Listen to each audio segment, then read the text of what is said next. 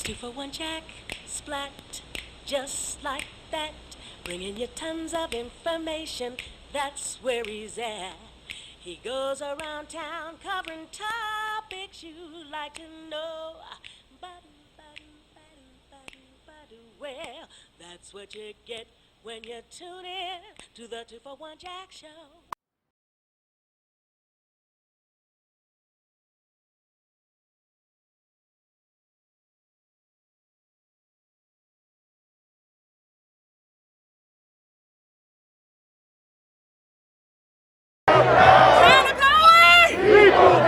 Who's got the power? We got the power. What kind of power? People power. All right, y'all. I am Jen. I am an organizer for the Party of Socialism and Liberation. We want to thank you all for showing up here, for showing up for our comrades, showing up for everyone who supports this movement. Yes, give yourself a round of applause. We appreciate each and every one of you for coming out on a Saturday and dealing with us on all of these issues. We have a great lineup of speakers here during the entire march. So the more energy, the more vibes, everything. We got to show our comrades who are sitting in jail that we are out here fighting for them. I want to hear screaming. I want to hear noise. I want it all from each and every one of you out here with us. Okay. So next up, we have Maritza, my comrade for Party for Socialism and Liberation. And thank y'all so much for showing up for our people.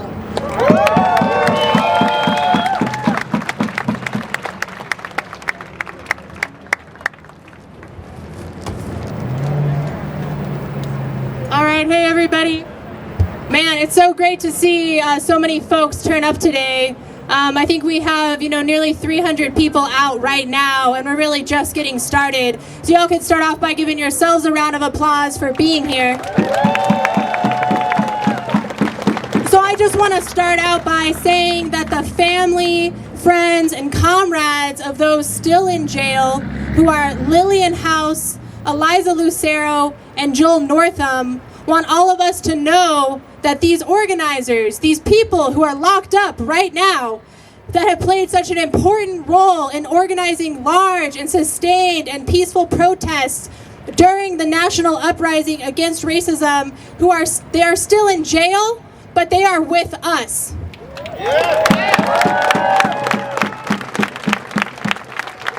They are with us and their spirits are high. They know we are doing all that we can to get them back out here so that they can be here with us where they belong. So it was this past Thursday that the Denver Police Department arrested these and other anti-racist organizers in a coordinated assault with the Aurora Police Department and Arapahoe and Adams County courts.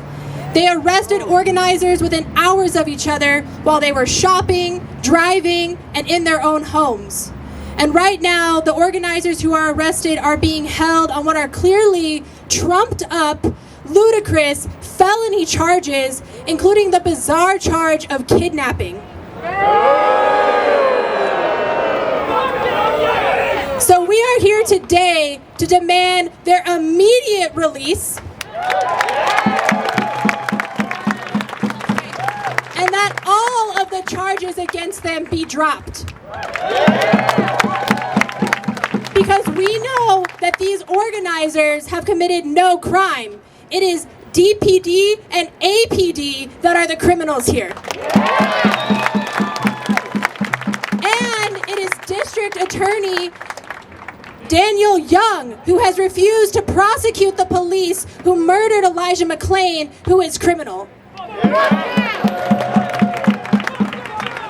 The anti-racist organizers who have been arrested have been targeted because they are political organizers, because they have organized large Black Lives Matter protests, because they have played a lead role here in Denver in the movement during the uprising that started in May with the murder of George Floyd. That is why they are being targeted. It's because of the work. It's because of their leadership in this movement. It is because these organizers have been here with y'all, with the people, consistently since the uprising that began, demanding justice and an end to the war on Black America. That's why they're locked up. So this attack on the Denver anti-racist movement and the PSL is a part of a concerted national assault on the Black Lives Matter movement, an attack driven from the White House, the governor's mansions, and from local police and police departments around the country. The type of repression that we're seeing here in Denver is now being used in an effort to put down one of the largest protest movements in U.S. history.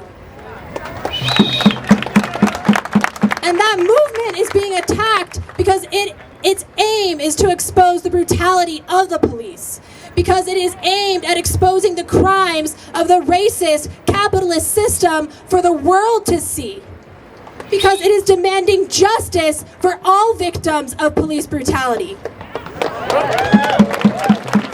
And so we know that every social movement in the past has faced such repression, and we will stand up to face it again. We will not be deterred. We will not be defeated. We will not stop fighting. We will not be afraid, because the anti-racist movement is a just movement, and it is an essential movement, and it is a growing movement.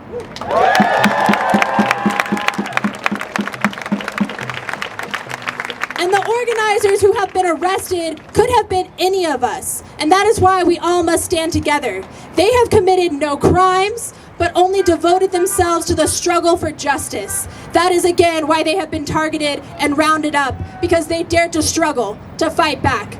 And that's why we're here today, to demand that they be freed and the charges against them be dropped, and we will be successful in that struggle. They will be freed, and the anti-racist movement will continue to grow because we stand here together. Thank you.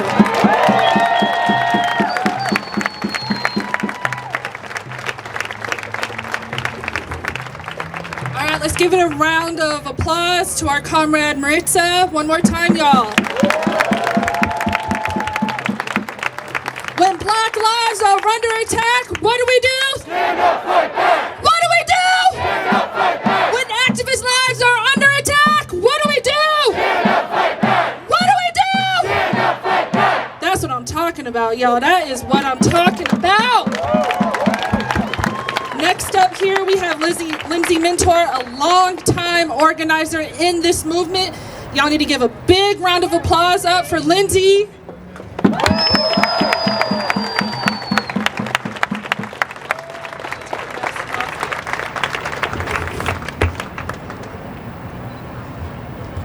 Hey y'all. Hey y'all. Man, it's been an interesting week, hasn't it? Yeah. So just like she said, what do? We stand up, we fight back. I want to call out Phil Weiser. We voted for you, Mr. Weiser. This is happening in your state, Mr. Weiser. You came to my house and had a conversation with me on my porch, Mr. Weiser, when you were running for office, and you said that this stuff would not happen. And what are we here? It's happened. Chief Wilson, all through the uprising and us making noise for Elijah McClain, Chief Wilson talked about building bridges. She talked about reaching out to community leaders. Is this how you reach out to community leaders? Is this how you reach out to community leaders? Y'all, it's a time. Like, we've had promises made and broken, and promises made and broken, and it's time to not only be in the streets protesting, but getting into that voter box and demanding that our elected officials keep their promises. Because I am tired of broken promises. And I'm one of those people that will get in, run for office possibly, do whatever I have to do to make sure that we have people that are for the people making decisions about the people. In 1969, Black Panther Party leaders were targeted and neutralized by being assassinated, imprisoned, publicly humiliated, and falsely charged with crimes. Kidnapping, y'all? That's an embarrassment. You are purposely trying to embarrass the leaders of this movement. You are purposely trying to ruin their futures, make them not eligible for jobs, and hold them in jail unjustly. This is false. We are innocent. Nobody kidnapped anybody. You have to move people 3 feet to be kidnapped. Nobody moved anybody 3 feet or false imprisoned anybody for 3 feet. Nobody put hands on 3 feet. I know I was there. I didn't touch nobody. Listen. You know, the crowd is a little bit smaller than I expected, and I'm going to speak on that for a second, because the fear that these arrests have put in the hearts of regular people who have 9-to-5 jobs, regular people who are just joining the movement and afraid to stand up. And I want to say to those people, don't be scared. Don't let them scare you. This is not the time for fear. Fear is false evidence appearing real. It's false. False evidence appearing real. We don't have time for fear. We have to take this time, and the time is now for us to move and change the world. We're changing the world. How is it that people protesting murder of Elijah McClain are arrested, but the killer cops that killed Elijah McClain are at home in their beds with their money and still being paid?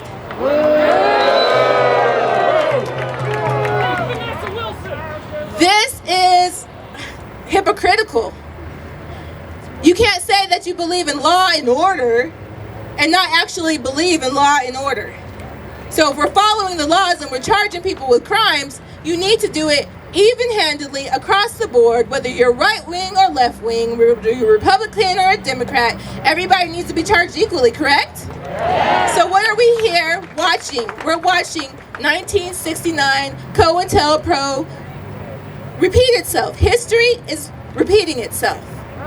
And we already went down this road. So we're going to stop this road, we're going to navigate it, and we're going to change it. Because obviously what was changed in the past didn't stay, and we have to make the laws stronger, and we have to fight for the people, or we have to create a government where the people have a voice. And that might be a new government.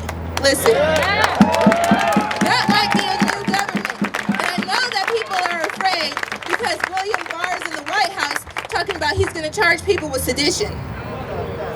Sedition, really? This land is stolen land in the first place. We are visitors in a country that does not belong to us. And some of us weren't even visitors, to real talk. We were forced to be here. So we're going to make this stuff work for everybody. And you can't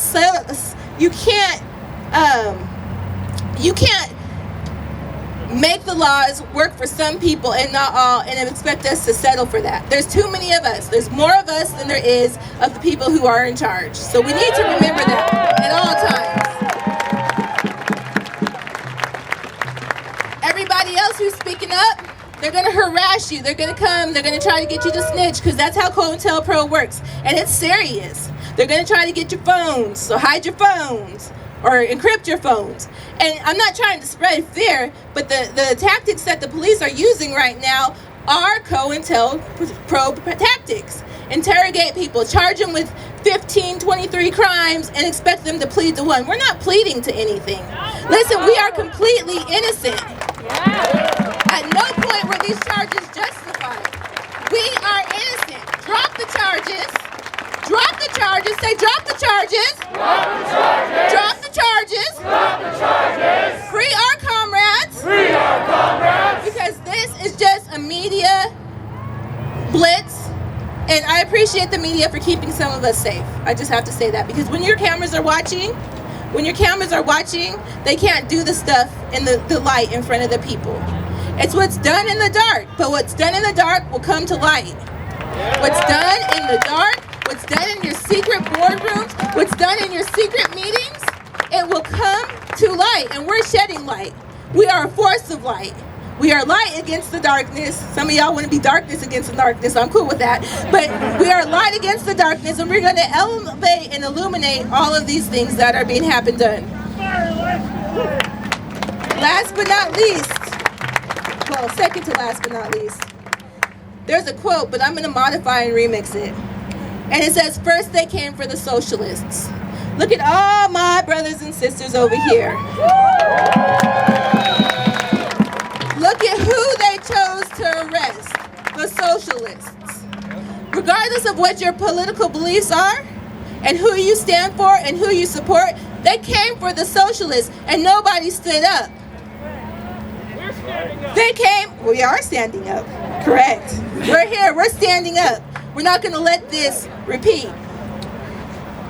Then they came for the trade unionists, and we've seen all the stuff going on with the school boards and, you know, the working class people, and they'll come for them, you know, in the future and say, oh, you guys don't deserve 12 bucks an hour or 15 bucks an hour or a living wage, period, in Colorado, in the mile high income city, as Brother Jeff would say. And we're going to stand up for them too. They came for the Jews, LGBTQIAP, the Hispanics, and the immigrants, and we're standing up for them too. We have been standing up for them all summer. We will not leave anybody out of this movement for lives, for black lives. It's inclusive. It's not exclusive like some people would like to say. We're not the ones calling the division.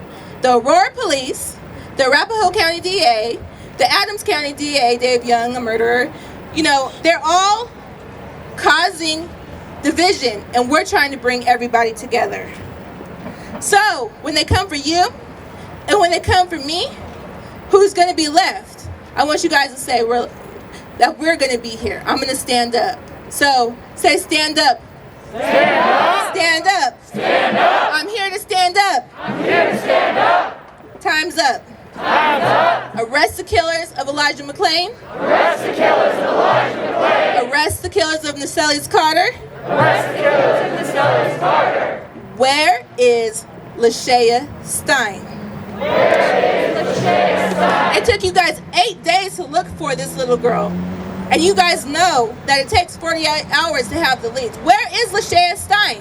Where is Lashaya Stein? Y'all, this government, whoo, this government is failing us. So we have to stand up. So I just want to say, it is our duty to fight for our freedom. It is our duty to fight for our freedom. It is our duty to win. It is our duty to win. We must love and support one another. We must love and support one another. We have nothing to lose but our chains. We have nothing to lose but our chains. This isn't the end of the speaking program, so we're not going to repeat that, but I just want y'all to feel that energy and keep it in the back of your mind, because it is our duty to fight for our freedom, and it is our duty to win, and we must love and support one another. We have nothing to lose but our chains.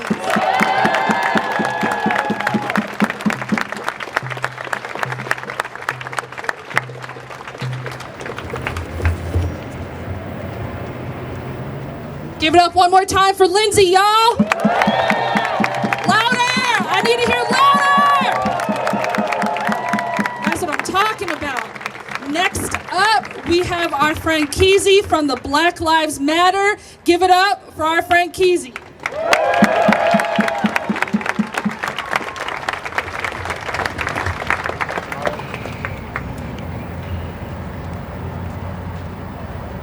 Oh, this crowd is bigger than I thought. First, can I have a conversation with y'all, though? Like, I don't want to just talk at y'all. Let's have a conversation. Am I the only one who is pissed? No. Am I the only one who is scared? No. But am I the only one who knows history? No. Okay, so we know what they're trying to do, right? Yes. They want to silence all of us, right? Yes. We won't let them do that, right? No. At the next demonstration, the crowd will be 3 times bigger than this, right? Yes. Because we're not scared. No. So I want to touch on COINTELPRO again, because it was effective in the 60s and the 70s, right? But we live in 2020 and we have all of the resources we need at our fingertips, right? Yeah. So we won't let it be successful this time, right? No. I'm not convinced. We won't let it be successful this time, right? No. Okay, I guess. I don't really believe y'all. We won't let this be successful this time, right? No. We won't. So we have to do away with that fear. Fear is normal. It's normal to be scared, but right now ain't the time. Think about how much fear the people who were murdered by the police felt in their last seconds. that's nothing compared to what we feel, right?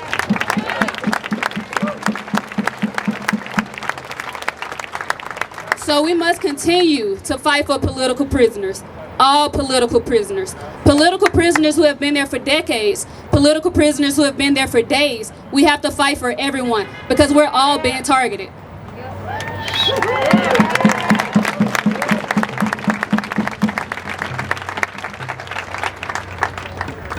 And I think that's all I have to say. Like, I'm not feeling anything else in my spirit right now.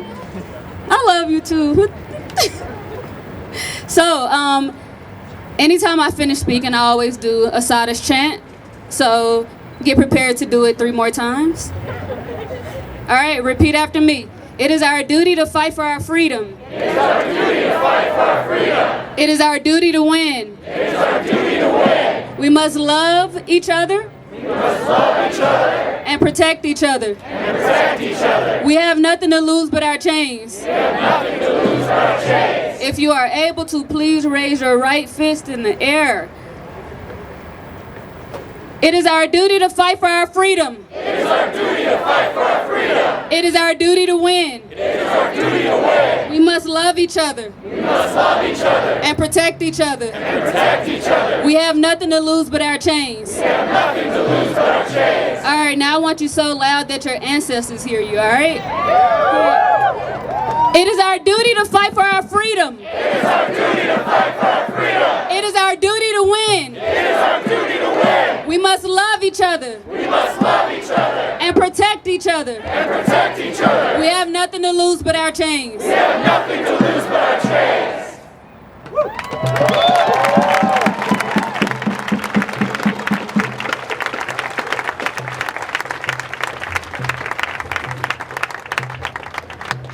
Y'all know we only just getting started, right?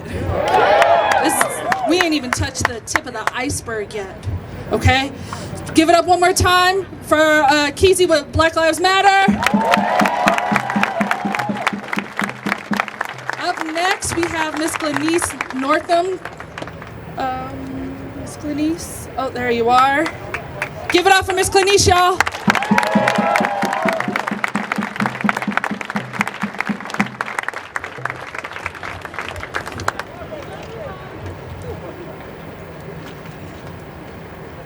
Hello, everyone. Hi. My name is Glenice Northam, Joel Northam.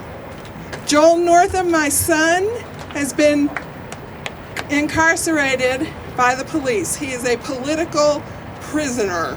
There is no doubt about it. He is a political prisoner. And we know what they're going to do now. They're going to try and demonize him. They're going to try and make him seem like he's something he's not. They're going to put mug shots on him that make him look like he's a hoodlum. He is not. And my son is one of the greatest people I know, aside from my husband and maybe my other 2 kids, 3 kids. But I just want to show and tell you who Joel is. This is a picture of Joel when he was a baby. I don't know if you can see that 3rd middle finger sticking out. That could have been signs of something to come.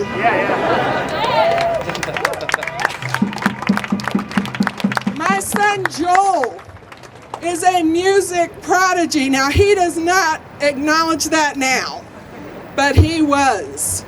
When he was 2 years old, we could put him in the car, he could hear something on the radio and come in the house and play it on the piano. He is a savant, possibly. He is brilliant. He brought joy to our family all the time.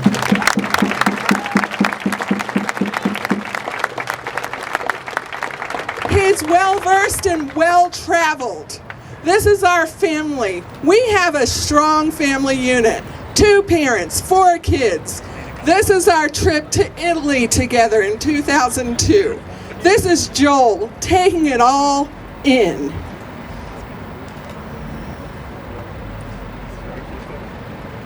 This is my son Joel, graduating cum laude from college. 2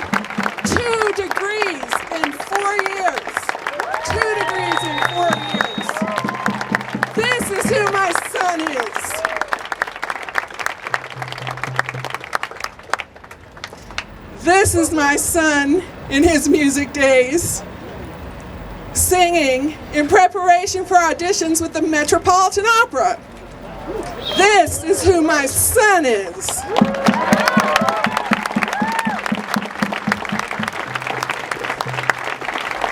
We were a family of pets. We love pets in our family, except Joel. He wasn't so crazy about the dogs licking him and pee he had to clean up. This summer, this picture was taken just a few months ago. I left with a little puppy at the house. The puppy started to cry. Joel took the puppy, put him on his lap, and comforted him. This is who my son is. This is who my son is.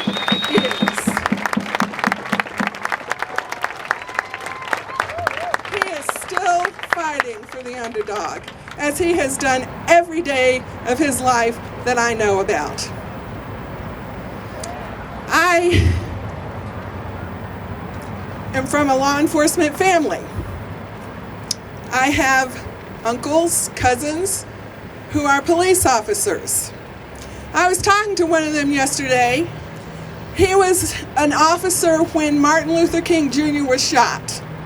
He was given an order to arrest Stokely Carmichael because they knew Carmichael was about to continue Martin Luther King Jr.'s protests, and they wanted him out of the way. And my relative defied that order. Why can't we have police who stand up for what is right? Why are they yes men? Why do they agree to these things that are so egregious to the people? Why? Why? Where is the conviction? Where is the conviction of character? Where are people like my uncle? Where? And why can't we get that in the police department? This is absurd, and I know what I'm talking about because I am the wife of a law enforcement person, and I am the niece of law enforcement people, and I am the cousin of law enforcement people, so I know of what I speak. I just want to tell you a little bit more about Joel, if you don't mind.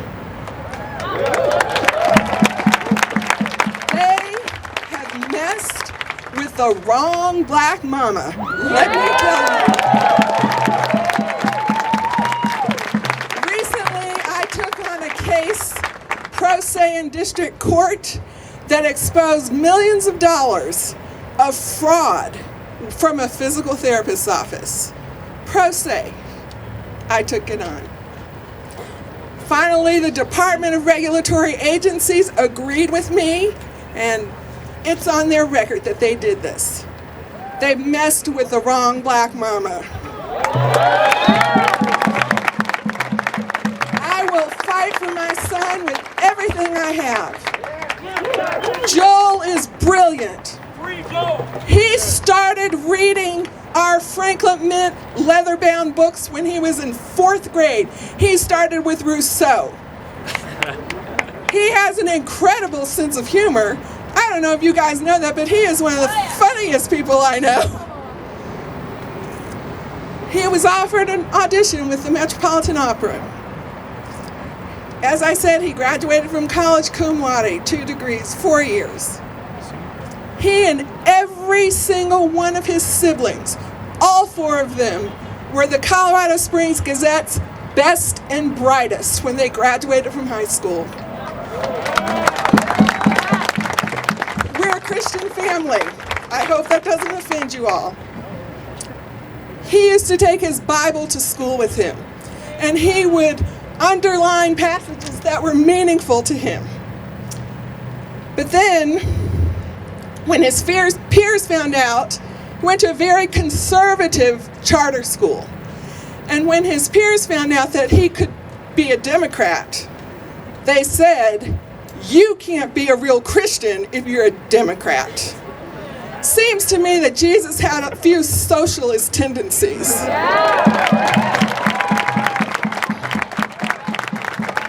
Joel stopped going to youth groups after that. He was chosen for the AXO national competition. We sent him off to New York on a Thursday with $200. He was going to be gone till Sunday. Friday night, we get a phone call. Mom, I need more money. Joel, why do you need more money? They're taking care of everything. Because I gave all the money I had to people on the street who said they needed it, and I knew I could get more from you. That's who my son is. That's who my son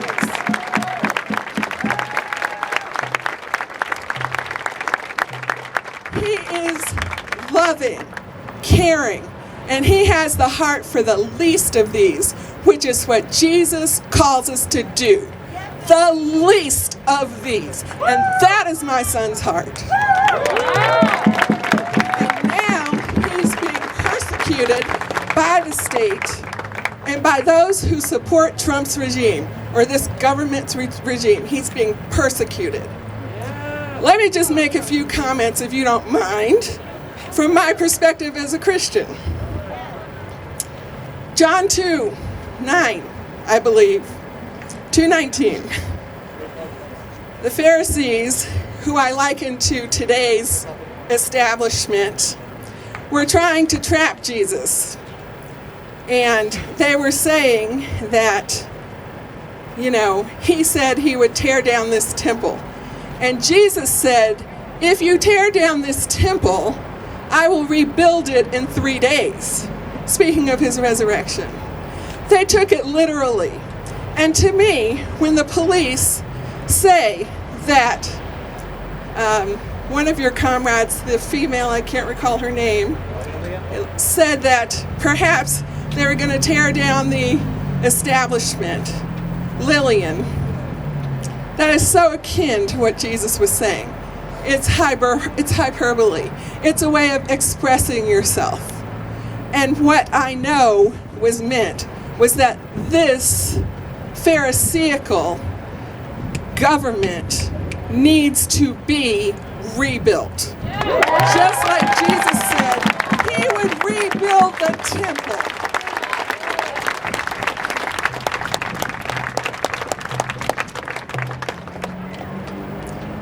Jesus has been our role model. And I am grieved because as a family in Colorado Springs, we have sat in white evangelical churches. We have raised our children in white evangelical churches. We have studied. We have gone to youth groups. 87% of white evangelicals support the things Trump is doing. That I was saddened. For 2 years, I have cried and I have been grieved because the people I have loved, broke bread with, shared holidays with, support what is happening to my people, to my sons, people that they love, and still vote for Donald Trump, 87%. And so now I'm just pissed off. Just pissed off. It is, Donald Trump is an anti-Christ. Make no mistake about it. He is an anti-Christ. He is a pathological liar. God says Satan is the father of lies. Donald Trump, could he be called a Satan? He lies pathologically. God says the love of money is a root of all kinds of evil. Donald Trump and the Republicans and anybody else who follows after the almighty dollar will not inherit the kingdom of heaven. So how can Christians support this craziness? How? How do they support it? Why do they support it? I don't understand it. Don't understand it at all. There are so many other things I could share. Adultery. Donald Trump is a serial adulterer. How? and a sex offender. How can a Christian support a serial adulterer and sex offender? Now let me just say one thing about their excuse. They can't support anybody who supports abortion. Main excuse that I hear. Let me just say this. According to my Bible, if you have not reached the age of accountability, meaning an infant, and you die, you immediately are in the arms of Jesus. Immediately. If you are an adult and have reached the age of accountability and have not reconciled with your God, you may not be reconciled with him for eternity if you believe that, which I do. So taking the lives of grown black men, taking the lives of people because of COVID and they don't have health care, taking the lives of any adult from an eternal perspective is far more detrimental than the life of an innocent child who is in the arms of Jesus as we speak. This is not acceptable. I am not happy, and I will tell you, there is a difference between the white evangelical church and the black church.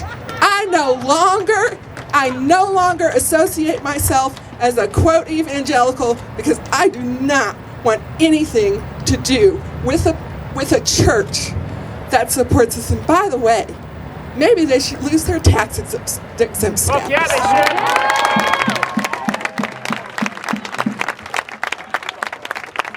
I know there are people here with so many different beliefs.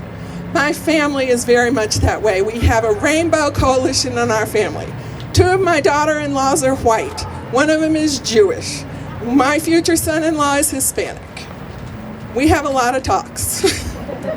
We have a lot of discussions. Some of them don't go so well. But we love them, and they love us. And let me tell you what arresting my son has done. It has brought me out here to call to account white evangelical Christians. It has brought my husband out here, who is law enforcement.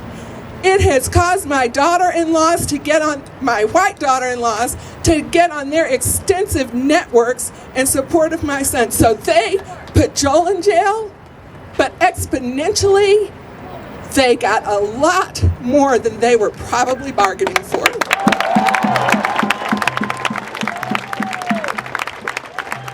I love Joel. I thank you all for giving me this time.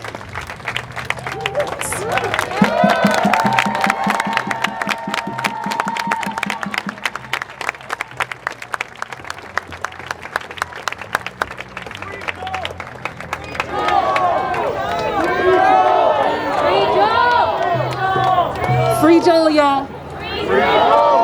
Free all the comrades, all political prisoners. Y'all feel that? Let me hear it. Get louder. I need it louder. This ain't good enough. I want our people in jail to hear it. I want the people across the way to hear it. Get louder. One more time for me. Louder. Clap it up. Clap it up. If we don't get no justice, I said if we don't get no justice, They don't get no peace. if we don't get no justice, They don't get no peace. that's what I'm talking about, y'all. All right, so the next person we have speaking is Comrade Nate for the Party for Socialism and Liberation. Give it up for Nate, y'all.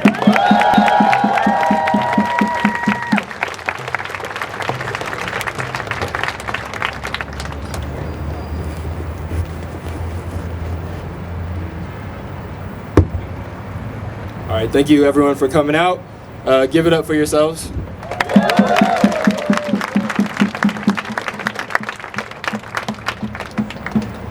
So today, we are here in a struggle that has been going on for decades on decades. This is the same fight our comrades before us fought. Comrades like George Jackson and Assata Shakur. And so many more. Revolutionaries around the world have been fighting against the same rotten, racist, capitalist, imperialist system that has murdered Elijah McClain, and imprisoned our comrades. Comrades from all over the world, from Morocco, Tunisia, Nepal, Bangladesh, Italy, Spain, Brazil, Argentina, Ghana, South Africa, and so many more have expressed their solidarity with the anti-racist movement in Denver.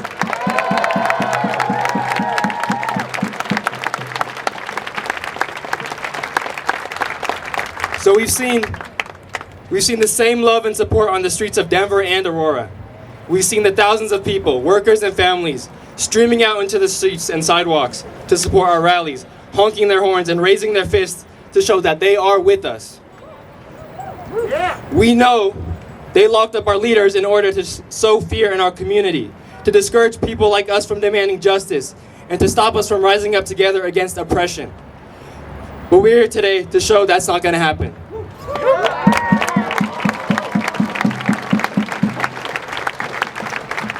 So for our people, we fight.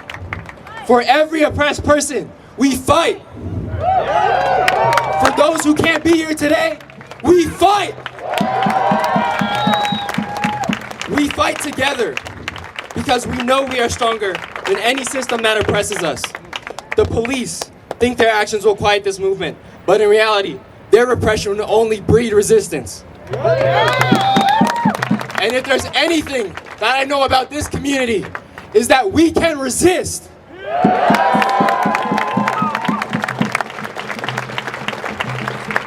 We have shown time and time again that we are greater than our oppressors.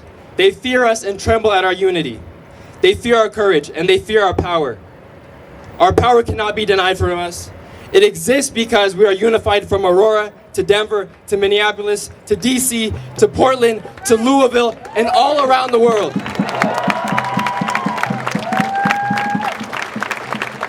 They will never know what it's like to have this kind of solidarity. Comrades, we will dare to struggle. We will dare to fight. We will challenge fascism and racism at every turn. And we will dare to win.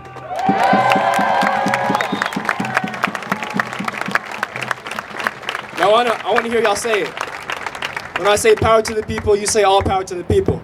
Power to the people. All power to the people. Power to the people. All power to the people. Power to the people. All power to the people.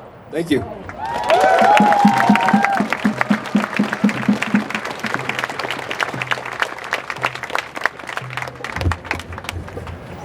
Give it up for Nate one more time, y'all.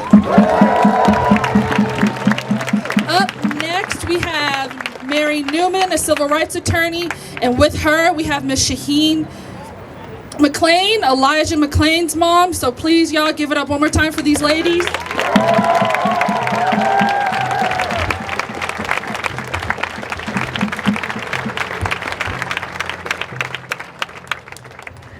Hello everyone, my name is Mari Newman. I'm a civil rights lawyer representing a lot of families who are impacted by law enforcement violence, including my friend and client, Ms. Shaheen McLean.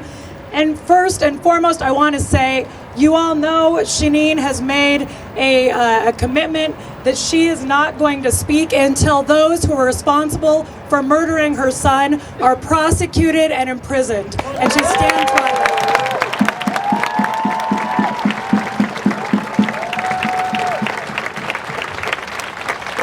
But I know I speak not just for the McLean family, but also for the legal team when I thank all of you, when I thank every single peaceful protester who has come out, who has spoken out against police brutality, against tyranny, against racism, and in support of justice for Elijah McLean. You are making this movement happen, and you don't have to wonder about it. If it weren't such a big deal, if it weren't so important, they wouldn't be going after you. It is because of this protest movement that Colorado was able to pass the most comprehensive police reform bill in the entire country.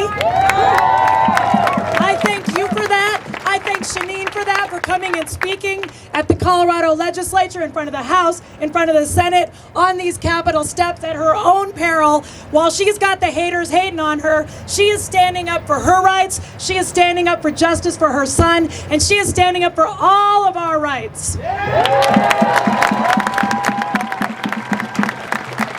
And if it weren't for all of you, our Attorney General would not have the power and would not be doing a pattern and practice investigation on the brutal racism of the Aurora Police Department, but because of you, they are.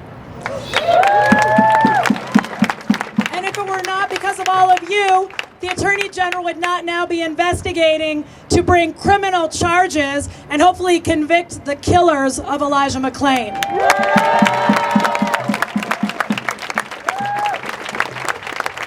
So I want to be very clear, both the family of Elijah McClain and his legal team support and stand up for the rights of all peaceful protesters, and we absolutely condemn the politicized, retaliatory arrests and charges that are being brought against peaceful, nonviolent protesters who are organizing to stand up for all of our rights. They are doing it to chill your First Amendment rights. There are police gathering around us as we speak. I understand that there are haters behind us who are trying to make people nervous.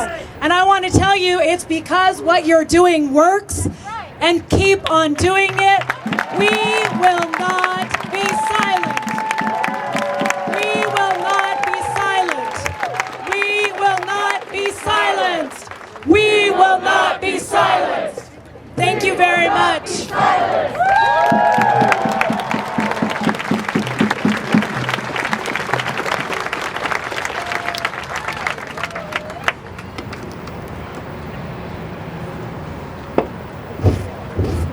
Give it up one more time for Mari and Miss Shaheen, please, y'all.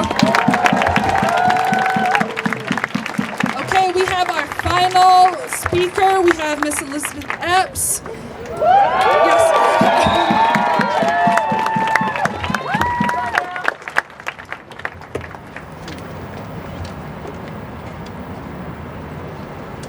Good afternoon, y'all.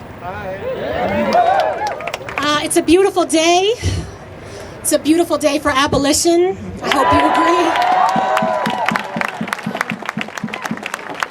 It's a beautiful day to be black and to love on black people if you don't have the fortune of being black yourself. Y'all, point of personal privilege, my mother died when I was 9 and I'm available for adoption. Joel needs a big sister. Y'all, it's hard to be out here. We've heard a lot of folks today have talked about fear and have said, messages that resonate, whether it's don't be scared or push through it. And I'm going to just confess, I'm terrified. My PTSD is off the charts, my anxiety. I'm feeling it, so I know some of you are feeling it too. And what I implore of you, if you are scared all the goddamn time, which I am, is to work anyway, okay?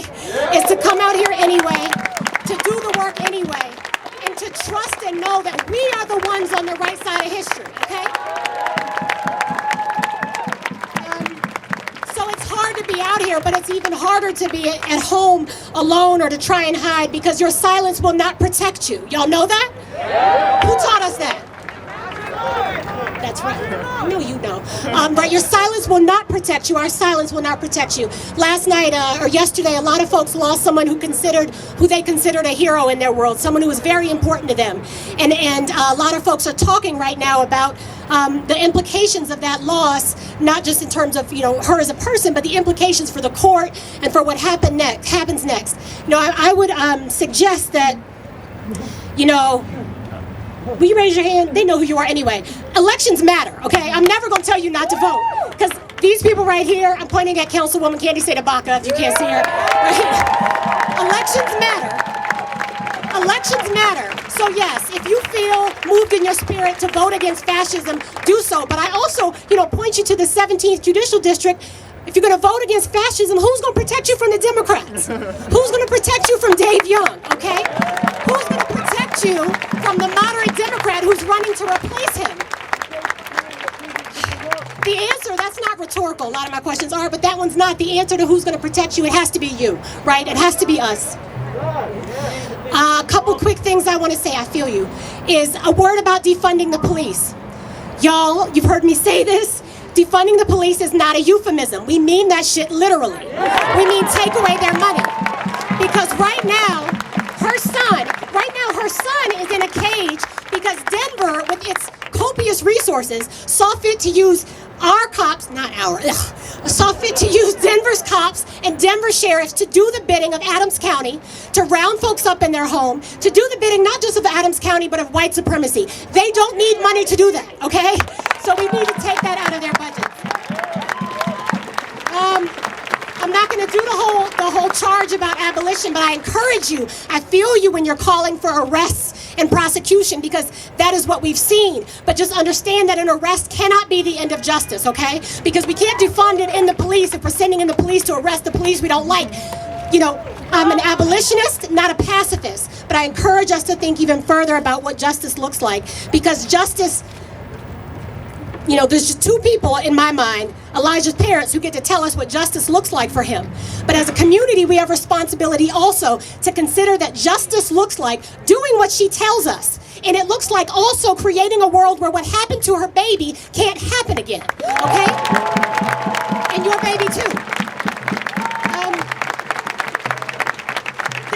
This space that we're at right now, and thank you, PSL. A word, by the way, for Eliza and for Lillian and for Joel. One of the opening speakers, maybe Jen, mentioned how we're out here for them. Those three folks are always out here for us, okay?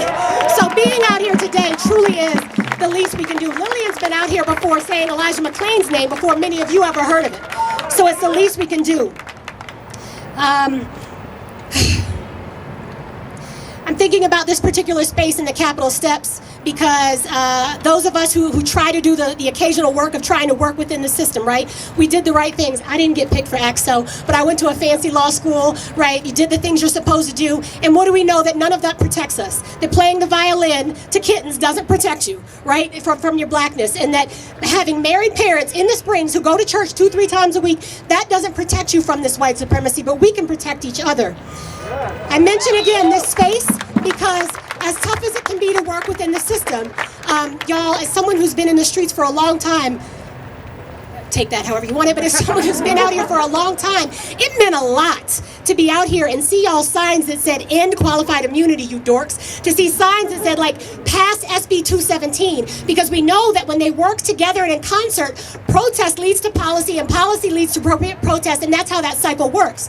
So my ask of you is that, I know some may disagree, I think the building looks good right now, but when we come back to this session in the spring, we're going to be making asks. Right now, what we've done with the help of folks like Mari Newman and our other collaborators, I saw the representative here somewhere.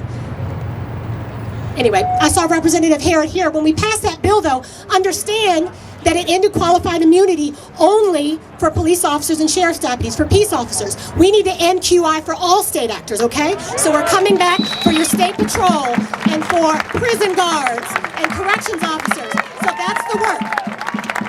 A few other things that I'm going to ask for, and I'm planting these seeds because I'm specifically calling upon our state legislators. Actually, I'm just giving them notice of what we're going to make them do because we hired them, right?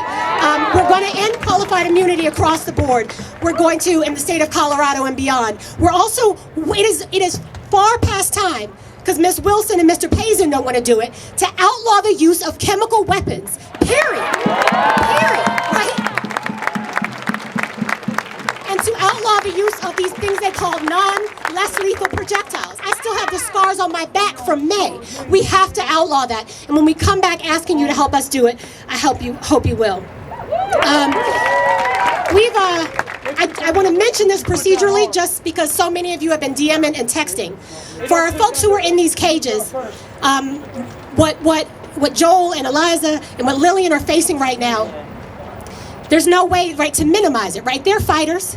They're fighters. We say they're going to be okay, but we say that because that's what we have to speak that into existence, right? We don't know what's going to happen to them, but we're going to fight for them, and we're not going to let them go quietly into that good night that is that cage. As a practical matter, I want you to know that what Adams County does and what Denver sheriffs, sorry, Chief Diggins, but what they do regularly is they have 10 days. Once you've been picked up, Adams has Denver pick up their people, the 10 days that they have before they can get them before a judge. So when we come back to you in the spring asking for a 48-hour rule, that a 48-hour limit with a 48-hour limit in the time in which they can take to set bond, you're going to support us, right? So I'm an abolitionist with the Colorado Freedom Fund. We appreciate your donations, but we need them not right now. We always need money, but we have the money right now to post their bond. The issue is that the state is sitting on their hands. It's not accidental that they do this do this right before a weekend. It's not accidental that they do this in the way they do. So just know that we are watching, all eyes are on them, and we will get them out as soon as we can. And after listening to you, I feel much better about the possibility of your son not taking a plea. So let's take this all the way to trial. A couple of closing thoughts, y'all. I'm literally getting texts right now from people trying to get help with getting their folks out. My friend Keezy and Lindsay as well already walked you through Assad Shakur, and often we would end with that, and we won't today. But instead, having given you my charge, part of the charge is we want you to come back out. I know that my real lawyer friends have to say the phrase peaceful protesters, and I just want you to know I thank all the protesters, however you want to describe your activity, right? So the piece that I care about, because self-defense is not violence, y'all. Self-defense and defense of community is not violence. So part of your charge, but you're still supposed to say that just like that. But so part of your charge is to come back and help us change these policies. Another part of your charge is, and here we're looking at the privileges that someone like Joel has. I knew a lot of things that you shared. I know he's funny, knew he was talented, but you look at, I was telling someone over there, as impressed as I am by him, once I heard you speak, I was a little less impressed, because I'm like, well, I see where he gets it. He gets it natural, like it comes natural.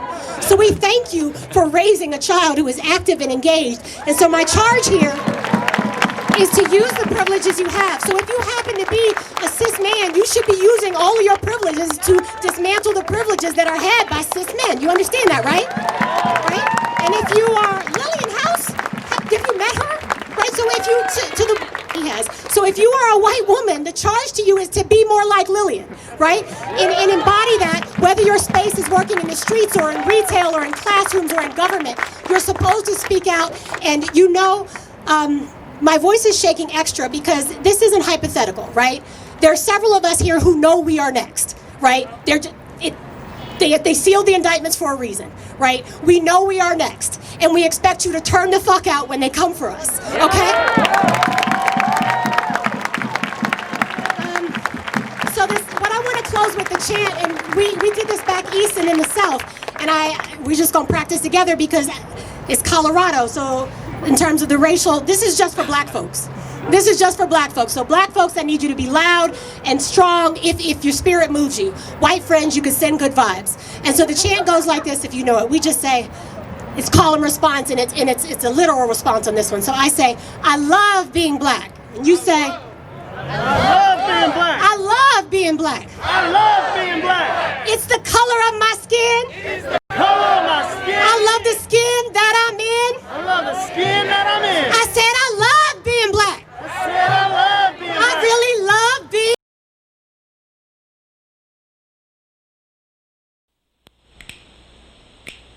It's 2 for 1 Jack, splat, just like that.